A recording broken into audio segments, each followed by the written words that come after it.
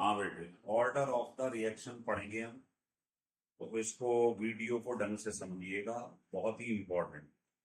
इसमें हम zero order, first order, second order, तीनों ऑर्डरों को आपको बताएंगे सिमेट्री से, जिससे बहुत जल्दी याद हो जाए।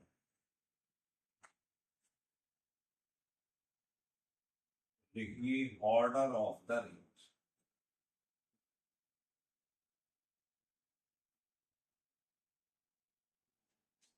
ये हेडिंग लिखनी है।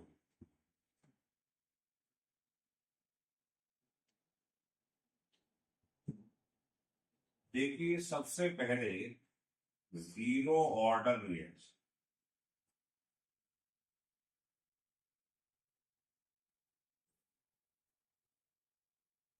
फिर फर्स्ट ऑर्डर रिएक्शन,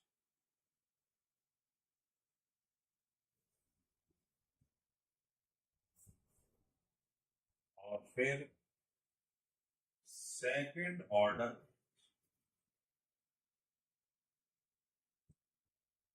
तीनों ऑर्डर हम एक साथ देखेंगे।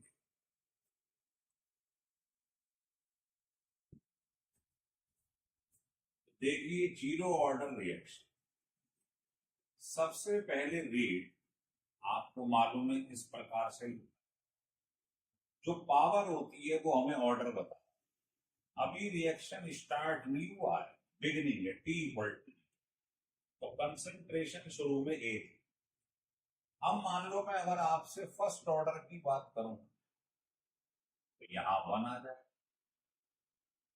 सिमेट्री से याद करो, बड़ी जल्दी याद होगा। सेकंड ऑर्डर की बात करेंगे तो आपको मालूम है यहां टू आ जाए। तो अगर पावर जीरो है तो आप जानते हो जीरो ऑर्डर। थोड़ा समय बीतने लगा, टी समय बाद हमने क्या देखा, आप जानते हो रेट होता है dx upon dt, change in concentration over time. ये क्या है, रेट कांस्टेंट। मतलब जो चीज पहले ए थी, कुछ समय बाद क्या होगा, धीरे धीरे डिके होने लगे। अब रह गई ये माइनस। फिर क्या करेंगे, एक्स के नीचे क्रॉस मल्टीप्लाई से एक्स दे और के संग। यही स्टेप आपको तीनों में लगाना। कैसे, याद करो। रेट होता है, जो ए था शुरू में, थोड़े समय बाद क्या हो जाएगा, ये माइनस। ऐसे ही, तो अगर हम सिमेट्री से पढ़ें तो तीनों ऑर्डर एक झटके में खत्म।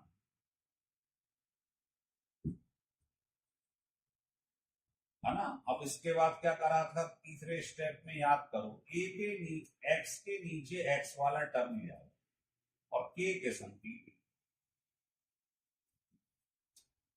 एक्स के नीचे एक्स वाला टर्म ले आओ,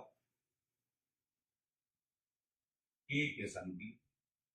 मतलब तीनों को सिमेट्री से देख लो।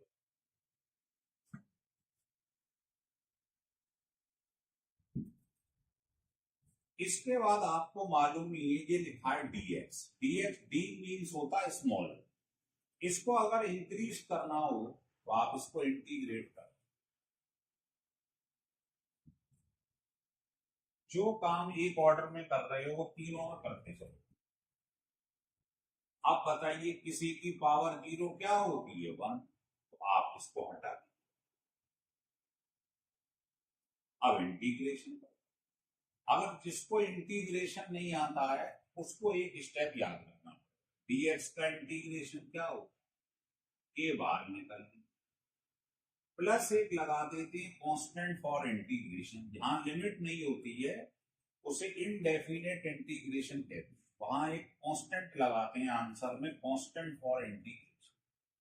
तो बस ये स्टेप अगर आपको इंटीग्रेशन नहीं आता है तो एक स्टेप आपको याद रखना है ना। यहां वन लिख लो, इसको एक्स मान लें, तो वन अपॉन एक्स का इंटीग्रेशन होता है लॉग एक्स। और फिर जिसको एक्स मानते हैं उसका डिफरेंशियल कर, ये स्टेप आप याद रखना। और इधर का तो सबको मालूम ही, ये बाहर निकाल लो dt का क्या हो जाता है t प्लस, ऐसे ही इधर इसको आप ऊपर ले जाओ तो ये हो जाएगा a माइनस एक्स की पावर माइनस, ऐसे लिख सकते।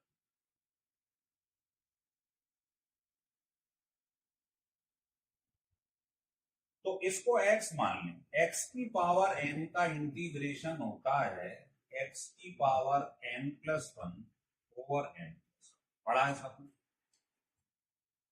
और फिर जिसको x मानते हैं उसका कर दिया डिफरेंशियल, आगे माइनस। और इधर का आप जानते ही, ये बाहर निकाल लो,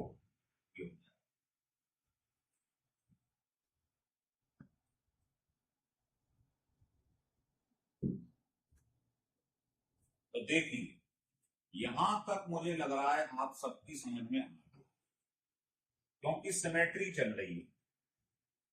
क्या कराया आपने, आप समझ गए हैं। चाहो तो इसको सॉल्व कर लो, ये कट जाए और ये क्या आ जाएगा, इसको ढंग से लिख लो, ये आ जाए। देखो फिर समझ लो, सबसे पहले जीरो ऑर्डर है तो R इक्वल टू के, ये इनिशियल कंसंट्रेशन है क्योंकि T इक्वल टू जीरो है। पावर हमें बताती है order of the reaction. Symmetric से अगर फर्स्ट ऑर्डर है तो यहाँ वन आ जाएगा, सेकेंड ऑर्डर है तो टू आ जाएगा। थोड़े समय बाद हमने क्या देखा, जो इनिशियल कंसंट्रेशन ए थी उसमें से कुछ डिके हो गया, एक्स डिके हो गया, तो ए से रह गया ए माइनस एक्स, ऐसे यहां लिखो, ऐसे यहां लिखो। उसके बाद एक्स के नीचे एक्स वाला टर्म लिया और ए के संग dt ले जाओ, एक्स के नीचे एक्स वाला टर्म ए के संग dt, तीनों में करो। उसके बाद दोनों तरफ इंटीग्रेशन करो। बस ये जिसे इंटीग्रेशन नहीं आता है वो इसे अभी लर्न कर, बाकी लोग समझने कैसे किया। चले अब आगे बढ़ो।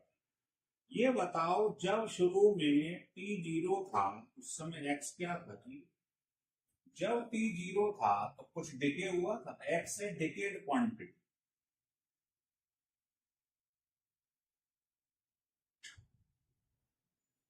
जब t जीरो था उस समय x क्या है, जीरो, कुछ खर्च ही नहीं हुआ।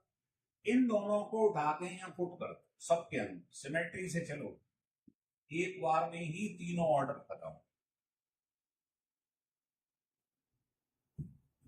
तो आपने ये वैल्यू तीनों इसमें पुट कर दी तो C क्या आ जाएगा, C।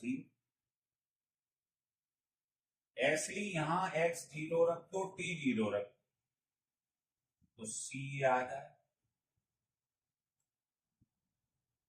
ऐसे ही यहां t जीरो रख दो, x जीरो रख दो, C आ जाए। मतलब ये वैल्यू रख के सब में हमने C कैलकुलेट कर दिया और C निकलते ही इसकी वैल्यू को दोबारा से इस इक्वेशन में पुट कर, हो गया डेरिवेशन, ये आंसर है। ऐसे ही ये C की वैल्यू यहां पुट कर दी मैंने तो क्या आ जाए,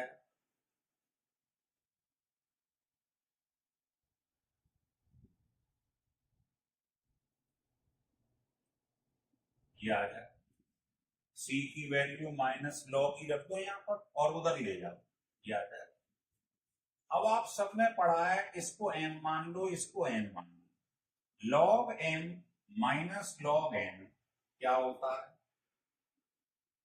लॉग m अपॉन n, जानते हैं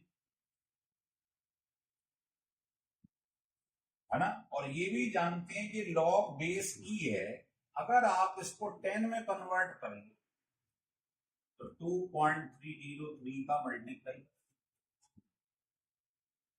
बस यहां से आप के निकाल टी उधर ले, तो सारे फर्स्ट ऑर्डर के सवाल आपको ये निकाल के देगा, बहुत ही इंपॉर्टेंट बात। तो करना कुछ नहीं है, यहां तक पहुंच गए हैं। टी जीरो रखो, एक्स जीरो रखो, सी आ जाए, सी को यही पुट कर, टी जीरो रखो, एक्स जीरो रखो, सी आ जाएगा, उसे पुट कर। ऐसे ही यहां रखो, टी जीरो एक्स जीरो, सी आ गया, सी को पुट कर दो यहां, क्या आ जाएगा, ये आ जाए, इसमें एलसीएम ले लो, के निकल।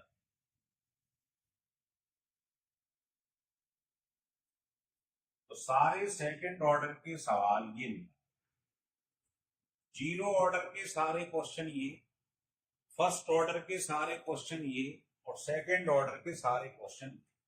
बस इसका मतलब समझ लो, ए क्या है, इनिशियल क्वांटिटी,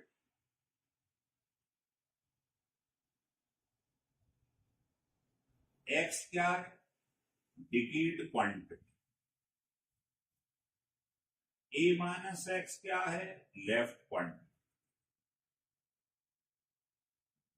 ये लिख दो, ये बहुत इंपॉर्टेंट। तो तीनों derivation, zero order, first order, second order, तीनों डेरिवेशन एक बार में ही खत्म हो जाएंगे अगर आप सिमेट्री से चलो।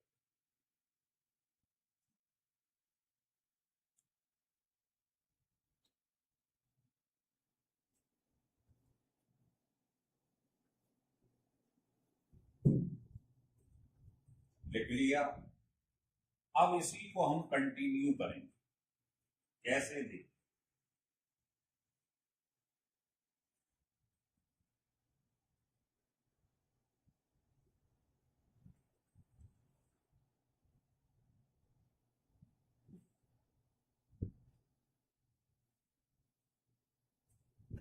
ऐसे देख।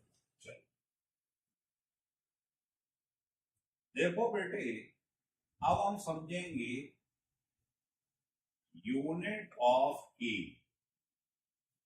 For nth order reaction.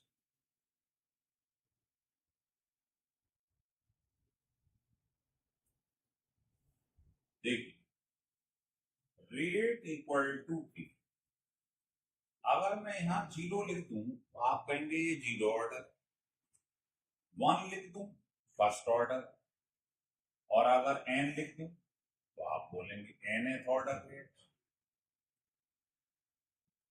अब मुझे यहां से के की यूनिट निकालनी, तो बताइए रेट क्या होगा।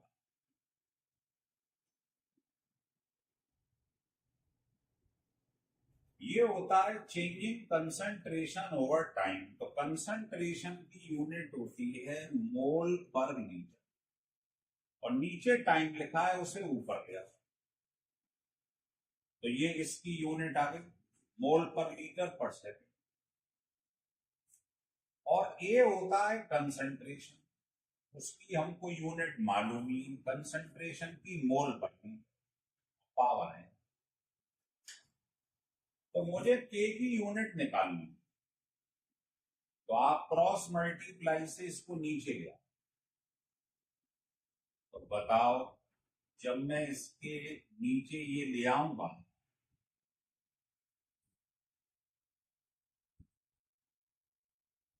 बताइए सॉल्व करके क्या आ जाए। ये मोल की पावर वन है, नीचे मोल की पावर है, सिमिलरली तो ये आ गया के की यूनिट में। आजकल एक नया ट्रेंड चल रहा, लीटर को नीचे लाओ, इसकी पावर इंटरचेंज हो जाए, तो ये आ गया।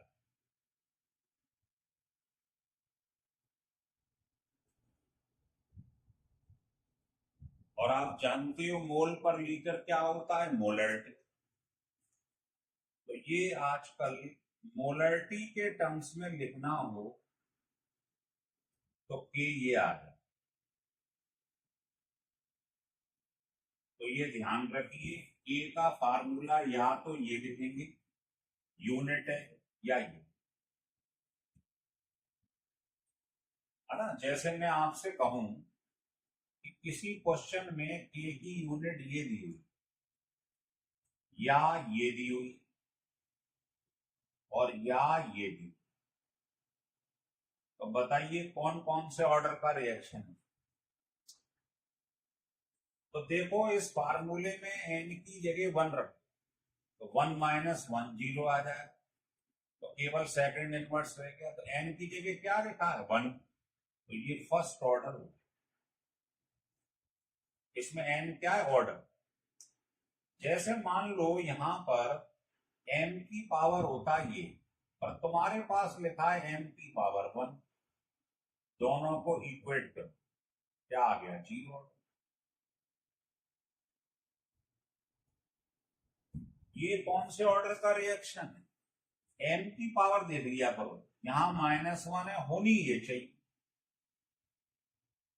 दोनों को इक्वेट कर, n क्या आ जाएगा 2, इसका मतलब सेकंड ऑर्डर है। तो आप k की यूनिट मोल पर लीटर में दी हो तो इससे कंपेयरिंग करवाओ, मोलैरिटी में दी हुई हो तो इससे कंपेयरिंग करो, इससे आप मालूम कर लोगे कौन से ऑर्डर का रिएक्शन।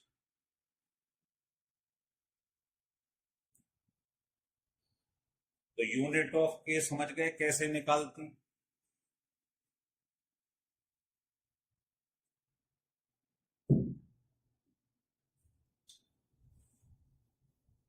अब हम तीसरे टॉपिक की तरफ चलते हैं इसी में, और वो है हाफ लाइफ।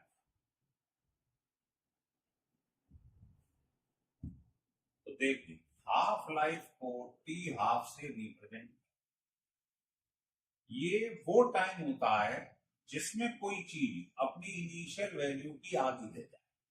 जैसे मान लो कोई व्यक्ति 100 किलो का है, उसने जिम में जाके मेहनत करी, 50 किलो का हो गया, लग गए 3 महीने, 3 महीने में वो 100 किलो का आदमी आधा रह गया, है ना, इनिशियल वैल्यू का आधा रह गया। तो ये टाइम है जो इसे हाफ लाइफ, तो हाफ लाइफ क्या होता है, द टाइम इन विच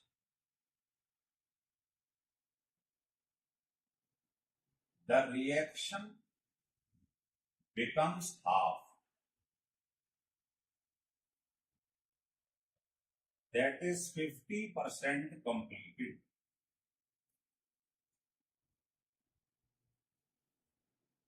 है ना। तो जिस टाइम में कोई रिएक्शन आधा रह जाए वो क्या कहलाता है, कॉल्ड हाफ लाइफ।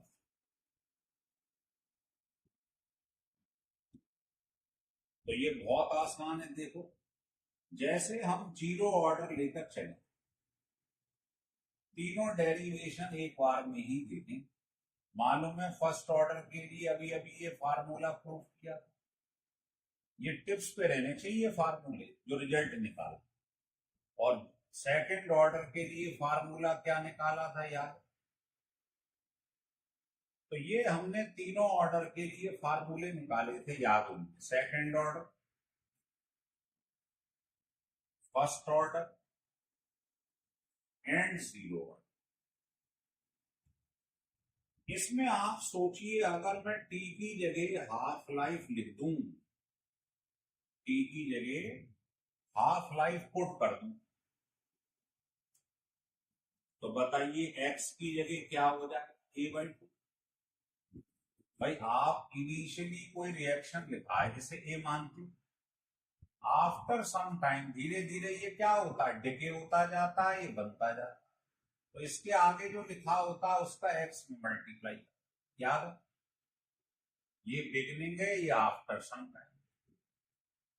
तो भाई एक चीज बताओ, एक्स होता है जो डिके हो गया है, हाफ लाइफ का मतलब क्या है, इनिशियल वैल्यू का आधा खत्म हो जाए, एक्स की वैल्यू क्या होगी, इनिशियल वैल्यू क्या, तो जैसे टी की जगह ये रखो हाफ लाइफ, एक्स की जगह ये रखते जाओ।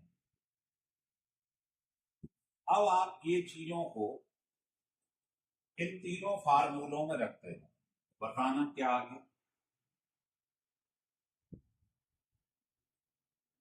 टी की जगह टी हाफ, एक्स की जगह A/2,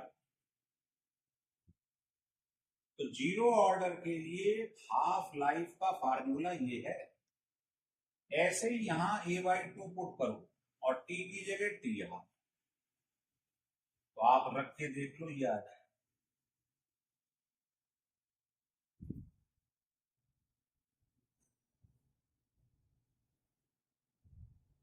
और इसकी वैल्यू आप सब जानते ही हैं, log 2 की वैल्यू क्या होती है, 0.3013। सॉल्व करने पे यह आ जाएगा, बहुत ही important formula. k equal to this. Second order में यहां टी हाफ रख दो और x की जगह a/2 रख दो, तो क्या आ जाएगा बताइए?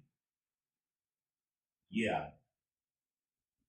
तो ये दोनों फार्मूले सेकेंड ऑर्डर के, ये दोनों फार्मूले यहां लिख देता हूं, ये दोनों फार्मूले फर्स्ट ऑर्डर के, यही आया था, और ये दोनों फार्मूले जीरो ऑर्डर के लिए अप्लाई। हाफ लाइफ का कोई क्वेश्चन आ जाए जीरो ऑर्डर का, इससे सॉल्व करें। हाफ लाइफ का कोई क्वेश्चन फर्स्ट ऑर्डर से आ जाए, इससे सॉल्व करें, और सेकेंड ऑर्डर के लिए आ जाए तो इससे सॉल्व करें। तो सिमेट्री से देखें, ये हमने पहले प्रूव कर दिया था, zero order, first order, second order. इसमें जैसे टी की जगह हाफ लाइफ लिखा, एक्स की वैल्यू क्या हो गई, a/2 आधी रह गई, तो ये दोनों यहां पुट करते जाओ, बस पुट करते जाओ, तो ये फार्मूले आपके पास में। अब यहां से आपने एक चीज देखी ढंग से, बहुत इंपॉर्टेंट रिलेशन आ रहा है, वो देखो। जब आपने जीरो ऑर्डर पढ़ा तो यहां ये आ गया, देखो ढंग से, इधर ले आओ, के नीचे ले, तो बताओ टी हाफ का ए से क्या रिलेशन है, डायरेक्ट। मैं इसको डायरेक्टली बोल सकता हूं, ऊपर ले जाओ, ऐसे लिख दिया। जब आपने फर्स्ट ऑर्डर पढ़ा, आप मुझे बताएं फर्स्ट ऑर्डर में टी हाफ के फार्मूले में कहीं ए आ रहा है? नहीं आ रहा। तो क्या आप टी हाफ को ऐसे लिख सकते हैं, किसी की पावर जीरो क्या होती है, 1। ये सिमेट्री बना रहा हूं फर्स्ट ऑर्डर। जब आप सेकंड ऑर्डर पढ़े, ये देखो, इस टी हाफ को इधर ले आओ, के को नीचे ले, बताओ टी हाफ का ए से क्या रिलेशन, इनवर्स। ये सेकंड, तो ढंग से देखिए सिमेट्री से, जीरो ऑर्डर पढ़ते हैं तो यहां -1 आ, फर्स्ट ऑर्डर में जीरो आ रहा है, सेकेंड ऑर्डर में 1 आ रहा है, मतलब एक कम आ रहा है। बताएं nth ऑर्डर में क्या, सिमेट्री से nth ऑर्डर है तो यहां क्या आएगा, n-। भैया आप यहां रखते जाओ, मान लो फर्स्ट ऑर्डर है, यहां 1 रखो, ये आ गया। सेकेंड ऑर्डर है 2 रखो, ये आ गया। तो आप इसको याद कर लो, बस ये सब बेकार है। nth ऑर्डर के लिए याद रखा करो क्या रिलेशन। जब आपने ये पढ़ लिया तो आप इससे ग्राफिकल स्टडी देख सकते हैं। देखिए,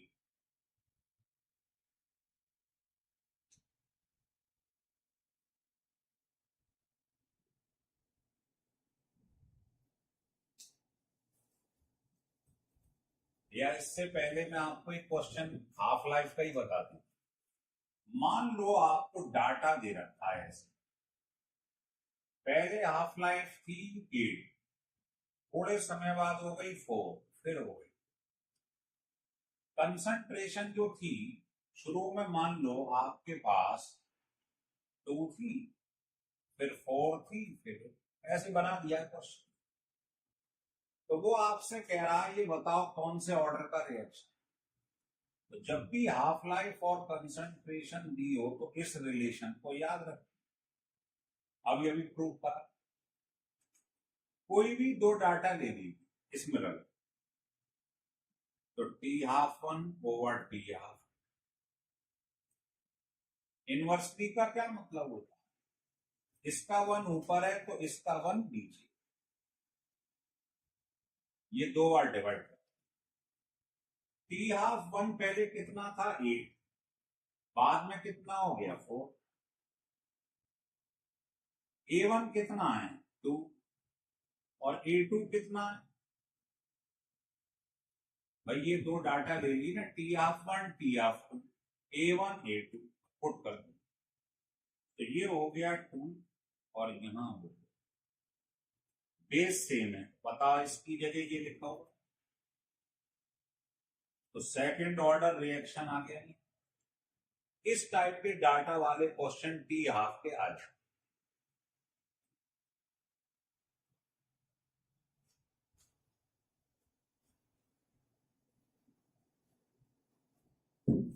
हो गया क्लियर?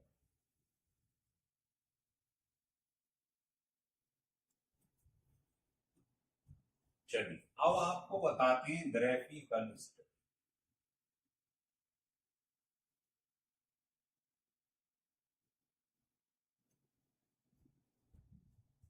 ग्राफ को समझने के लिए पहले लॉजिक समझें। देखो आपने पढ़ा है मैथमेटिक्स में भी फिजिक्स में भी, अगर दोनों की पावर 1 हो तो क्या आता है? स्टेट। क्योंकि स्ट्रेट लाइन की इक्वेशन सब जानते हैं, ये दोनों की पावर 1। अगर एक पर पावर 0 हो जाए और एक पर पावर 1 हो जाए, तो जिस पे पावर 0 होती है, जैसे x पे 0 है, x के पैरेलल ग्राफ है। और अगर मान लो y की पावर 0 हो जाए, इसकी पावर 1, तो किसकी पावर 0 है? y की। तो y के पैरेलल ग्राफ है।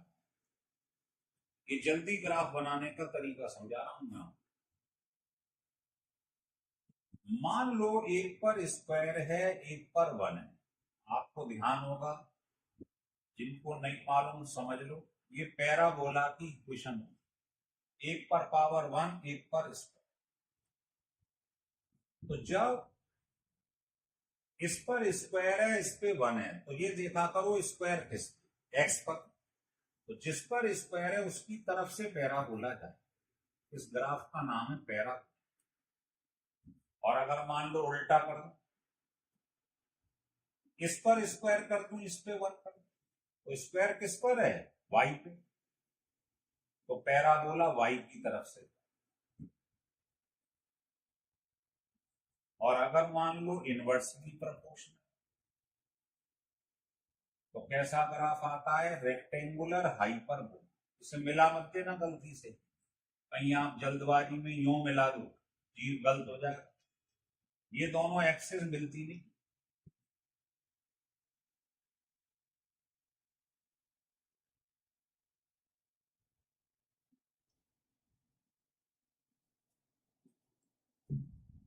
तो समझ लीजिए दोनों की पावर 1 है तो स्ट्रेट लाइन, एक की पावर 0 है, एक की 1 है, तो ये देखा करो 0 किस पर? एक्स पर 0 है तो एक्स एक्सिस के पैरेलल ग्राफ है, वाई पे 0 है, वाई के पैरेलल है। तो ये बातें याद रखोगे तो ग्राफ बड़ी जल्दी बनेगी। तो देखिए सिमेट्री से बताता हूं कैसे जल्दी ग्राफ बनाए जाते। देखो ये 0 ऑर्डर, ये फर्स्ट ऑर्डर है, ये सेकंड ऑर्डर। सबसे पहले मैं ग्राफ 3 बनाने जा रहा हूं। रेट और कंसंट्रेशन की।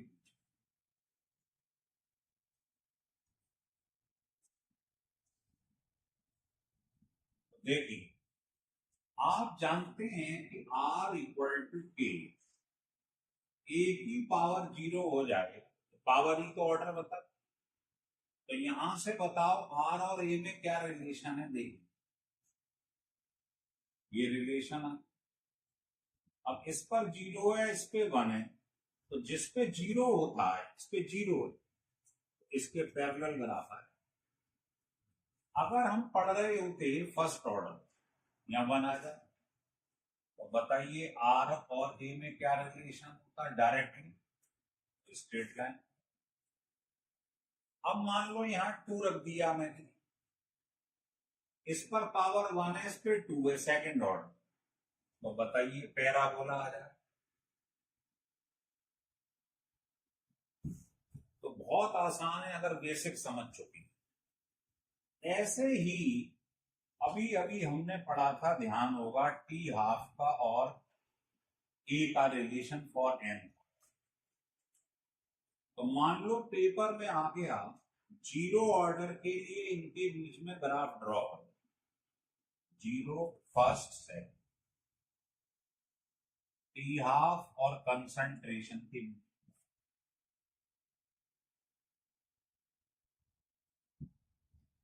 तो बताइए अगर ये जीरो ऑर्डर है तो बताओ यहां जीरो रख दो एन की जगह, क्या आ जाए?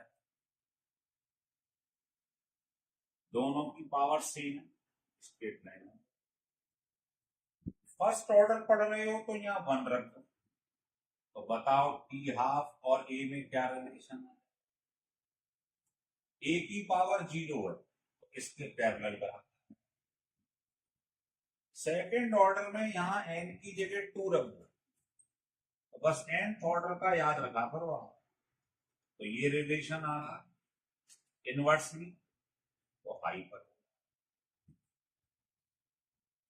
हो गए सारे ग्राफ क्लियर हो रहे हैं, और इसे आगे कंटिन्यू करेंगे, यहां तक समझ लीजिए।